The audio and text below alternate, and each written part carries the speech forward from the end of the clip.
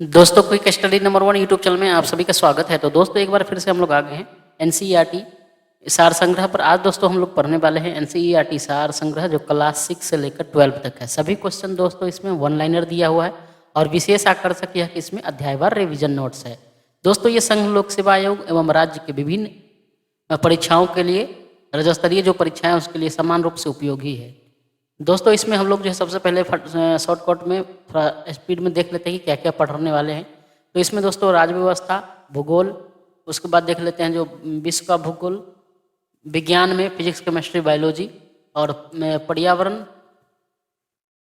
उसके बाद विज्ञान एवं प्रौद्योगिकी, इतिहास में प्राचीन, मध्यकालीन और आधुनिक सभी को देखेंगे। उसके बाद भारतीय अर्थव्यवस्था देखेंगे, कंप्यूटर देखेंगे, खेलकूद और उसके बाद पुरस्कार सम्मान और सबसे लास्ट में देखेंगे विविध। ठीक है दोस्तों, इस सभी पॉइंट को हम लोग जो है बारी बारी कवर करेंगे। आप लोग जानते हैं एनसीईआरटी एग्जाम के पॉइंट ऑफ व्यू से कितना महत्वपूर्ण होता है। आप किसी भी एग्जाम की तैयारी कर रहे हो, एनसीईआरटी आपका बेस माना जाता है। तो सबसे पहले दोस्तों हमने इसमें शुरू किया है इतिहास। इतिहास में प्राचीन भारत का इतिहास चल रहा है और यहाँ तक दोस्तों हम लोग जो है ये शैव एवं भागवत धर्म तक ऑलरेडी कंप्लीट कर लिया है। इन सभी पॉइंट को अगर आप लोग नहीं देखे हैं तो एनसीईआरटी हिस्ट्री नाम से हमारे चैनल में प्लेलिस्ट बना हुआ है, वहाँ से जाके सभी लोग वीडियो को आप लोग देख लीजिए। 6-7 वीडियो है। आज हम लोग दोस्तों पढ़ने वाले हैं 6ठी सदी ईस्वी पूर्व की राजनीतिक दशा के बारे में। तो चलिए हम लोग चलते हैं फटाफट सिलेबस पर। दोस्तों अगर आप लोग को पीडीएफ चाहिए तो हमारा टेलीग्राम का जो लिंक है चैनल का इस वीडियो के डिस्क्रिप्शन में दिया हुआ है, वहाँ से आप लोग टेलीग्राम जरूर ज्वाइन कर लीजिए। वहाँ से आप लोग को सभी जितने भी आप जो क्लास आ रहे हैं सभी का पीडीएफ आप लोग को उस पर मिल जाएगा। साथ में वार्षिक करंट अफेयर एडिटोरिया का भी चल रहा है, प्रैक्टिस में 7 ऑलरेडी कंप्लीट हो गया, उसको भी देख लीजिए। बिहार से रिलेटेड किसी भी एग्जाम की अगर आप लोग तैयारी कर रहे हैं तो बिहार से रिलेटेड जो बिहार स्पेशल सामान्य ज्ञान है वो एडिटोरिया का, रजनीश सर का और इम्तियाज़ अहमद सर का, और साथ में जो एडिटोरिया का करंट अफेयर है बिहार से रिलेटेड वो भी चल रहा है सभी। तो जरूर एक बार जाकर देखिए, बेहद ही महत्वपूर्ण और बहुत ही अच्छा है आपके एग्जाम के पॉइंट ऑफ व्यू से। तो चलिए आज हम लोग शुरू कर लेते हैं। आज का हमारा जो टॉपिक है 6ठी ईस्वी पूर्व की राजनीतिक दशा के बारे में। तो कह रहा है कि प्रथम मगध साम्राज्य का उत्कर्ष किस शताब्दी में हुआ था। तो दोस्तों प्रथम जो मगध साम्राज्य है इसका उत्कर्ष जो है ईस्वी पूर्व की 6ठी शताब्दी में हुआ था। मगध साम्राज्य का वास्तविक संस्थापक कौन था। तो बिंबिसार था, जो लगभग 544 से 49 ईस्वी पूर्व तक था। मगध साम्राज्य है इसका वास्तविक संस्थापक कौन था दोस्तों, बिंबिसार, जो 544 से 549 ईस्वी तक रहा था सम्राट। अगला है गोदावरी नदी के तट पर स्थित महाजनपद का क्या नाम था। गोदावरी नदी के तट पर जो महाजनपद स्थित था उसका नाम था अस्मक। ठीक है, अस्मक या अस्सक दक्षिण भारत में स्थित एकमात्र महाजनपद है। कई बार क्वेश्चन आया दोस्तों, दक्षिण भारत में स्थित एकमात्र महाजनपद कौन है, यही है अस्मक या इसको अस्सक भी कहते हैं। कह रहा है कि नंद वंश के पश्चात मगध पर किस राजवंश ने शासन किया। तो नंद वंश के बाद दोस्तों लोग जानते हैं कि मौर्य वंश आया था, जो चंद्रगुप्त मौर्य ने घनानंद को हराया था, और उसके बाद जो है मगध पर किसका शासन हो गया था, मौर्य वंश का। पाटलिपुत्र को किस शासक ने सर्वप्रथम अपनी राजधानी बनाया था। पाटलिपुत्र को किस शासक ने सर्वप्रथम अपनी राजधानी बनाया था। तो दोस्तों उदयन ने बनाया था सबसे पहले पाटलिपुत्र को अपनी राजधानी। कह रहे कि उदयन वासवदत्ता की कहानी किस स्थान विशेष से संबंधित है। ये दोस्तों उज्जैन से संबंधित है। उदयन वासवदत्ता की कहानी किस स्थान विशेष से संबंधित है। ये उज्जैन से संबंधित है। सिकंदर के आक्रमण के समय उत्तर भारत में नंद वंशीय शासक घनानंद का शासन था। सिकंदर का आक्रमण के समय उत्तर भारत में नंद वंशीय शासक घनानंद का शासन था। गौतम बुद्ध के समय का प्रसिद्ध वैद्य जीवक को किसने अपने दरबार में स्थान प्रदान किया था। तो ये दोस्तों बिंबिसार ने दिया था।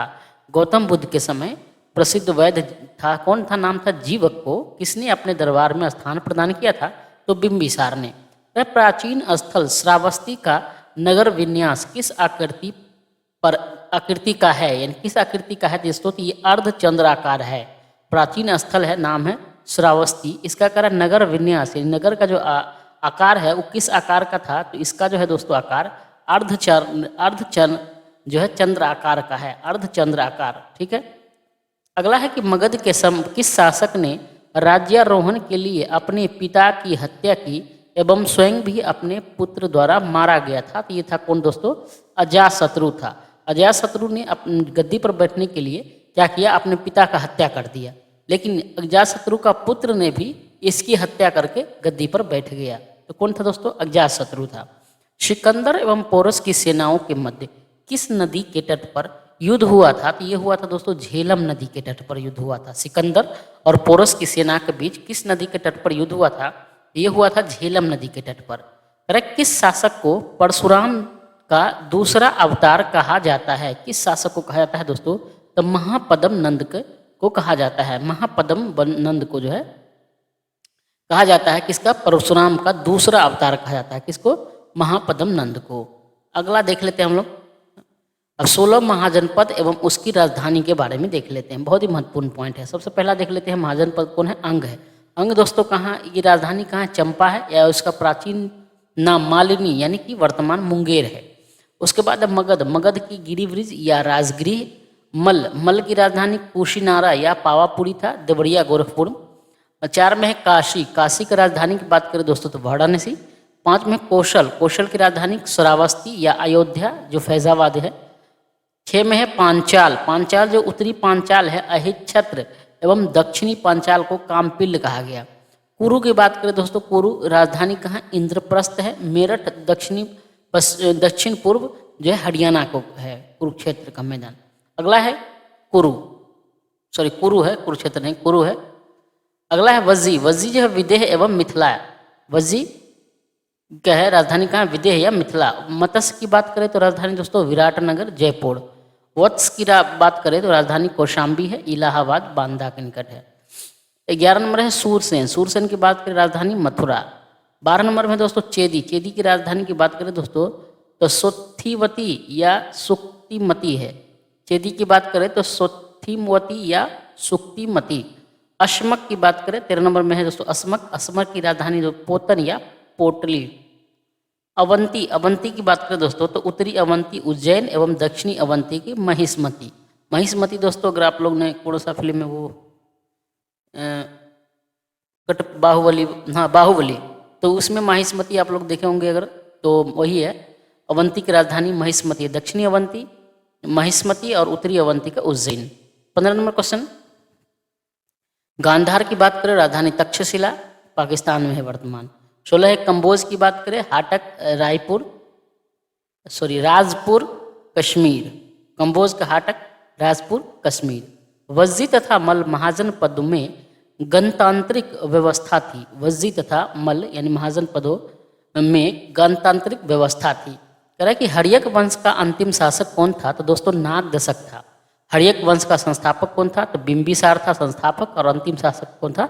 नागदशक था। उज्जैन का प्राचीनतम नाम क्या था दोस्तों? तो अवंतिका था उज्जैन का प्राचीनतम नाम।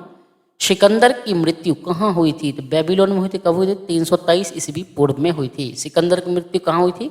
बेबीलोन में हुई थी दोस्तों सिकंदर की मृत्यु, और 323 ईस्वी पूर्व में हुई थी। कह रहा है कि ग्रीक लेखकों ने किस शासक का उल्लेख अग्रमीज एवं जैंद्रमीज नाम से किया है? किसका किया है दोस्तों? घनानंद का। कहाँ का शासक दोस्तों? ग्रीक के शासक, लेखक। ग्रीक का जो लेखक है वो किस शासक का उल्लेख जो है अग्रमीज एवं जैंद्रमीज के नाम से किया है? ये घनानंद किया है। सिकंदर के समकालीन यूनानी लेखक जो थे उनके बारे में देख लेते हैं थोड़ा विवरण। ठीक है, सबसे पहला है लेखक, समय, प्रमुख रचना कौन सा है और महत्वपूर्ण साक्ष्य कौन सा है, सभी को देखेंगे। तो सबसे पहला है दोस्तों अरिस्टोबुलस। अरिस्टोबुलस की बात करें तो समय 327 से लेकर 326 ईस्वी पूर्व तक था, और प्रमुख रचना इसका है युद्ध का इतिहास। युद्ध का इतिहास अरिस्टोबुलस का है, और महत्वपूर्ण साक्ष्य है इसमें कि एरियन व प्लूटार्क ने अपनी रचनाओं का आधार बताया है। इसको युद्ध के इतिहास को किसका है ये पुस्तक? अरिस्टोबुलस का है। अगर बात करें ओनोसेक्रिटस, ओनोसेक्रिटस है अगला लेखक। इनका समय जो बात करें तो 327 से 326 ईस्वी पूर्व तक है, और ये जो है दोस्तों सिकंदर की जीवनी लिखा है। किसकी? इसकी प्रमुख रचना क्या है? सिकंदर की जीवनी। और ये महत्वपूर्ण साक्ष्य जो है यह जहाजी बेड़े का चालक था। क्यों था? क्योंकि ये जो है जहाजी बेड़े का चालक था। निर्याकस की बात करें दोस्तों अगला लेखक है निर्याकस। नियाकर्स नहीं है, यहाँ पर निर्याकस होगा। ये है 327 से 326 ईस्वी पूर्व तक। प्राचीन जो रचनाएं हैं यह एस्ट्रोबो व एरियन विवरण है। कर है कि महत्वपूर्ण यह सिकंदर के जहाजी बेड़े का एडमिरल था। सिकंदर के जहाजी बेड़े का एडमिरल था। कौन था? निरियाकस था। ठीक है, स्ट्रोबो व एरियन विवरण है इसका प्रमुख रचना। आगे देखते कह रहा है कि बौद्ध ग्रंथ अंगुत्तर निकाय एवं जैन ग्रंथ भगवती सूत्र में 16 महाजनपदों का उल्लेख मिलता है। 16 जो महाजनपद है दोस्तों, इसकी जानकारी कहाँ से मिलता है? तो बौद्ध में भी और जैन में भी। बौद्ध ग्रंथ कौन है? अंगुत्तर निकाय है। और जैन ग्रंथ कौन है? भगवती सूत्र है। जैन ग्रंथ भगवती सूत्र और बौद्ध ग्रंथ अंगुत्तर निकाय, इन दोनों जगह पे 16 महाजनपदों के बारे में जानकारी हमें प्राप्त होता है। तो दोस्तों आज के लिए इतना ही। नेक्स्ट में हम लोग जो है मौर्य साम्राज्य के बारे में पूरा डिटेल में देखेंगे, एक एक पॉइंट को। वीडियो कैसा लगा आप लोग कमेंट करके जरूर बताइएगा। किसी भी प्रकार की त्रुटि हो तो आप लोग कमेंट जरूर करिएगा। हम आपकी कमेंट को रीड करेंगे और आपका जो है कमेंट का रिप्लाई करने का पूरी कोशिश करेंगे। दोस्तों अगर आप लोगों को PDF चाहिए तो हमारा टेलीग्राम जरूर ज्वाइन कर लीजिएगा। बिहार से रिलेटेड किसी भी एग्जाम की तैयारी कर रहे हैं तो बिहार से रिलेटेड सामान्य ज्ञान जो वस्तुनिष्ठ प्रश्न के रूप में और बिहार करंट अफेयर का पूरा क्लास चल रहा है पूरा डिटेल में। अगर आप लोग नहीं देखे हैं तो जरूर हमारे चैनल में जाकर देखिए। ठीक है, अलग अलग प्लेलिस्ट बना हुआ है, जीके का अलग बना हुआ है और करंट अफेयर का अलग बना हुआ है बिहार से रिलेटेड। ठीक है, जल्दी से करिए। और क्या आप लोग जो है आने वाले एग्जाम में प्रैक्टिस सेट करना चाहते हैं तो आप लोग हमें कमेंट करके बताइएगा कि कौन सा प्रैक्टिस सेट अभी करने वाले हैं आप लोग करना चाहते हैं। ये BSSC जो इंटर लेवल एग्जाम होने वाला है या फिर ग्रुप D का, दोनों में से कौन सा प्रैक्टिस सेट अभी शुरू किया जाए तो आप लोग हमें ज़रूर कमेंट करके बताइएगा। दोस्तों आज के लिए इतना ही। धन्यवाद। जय हिंद।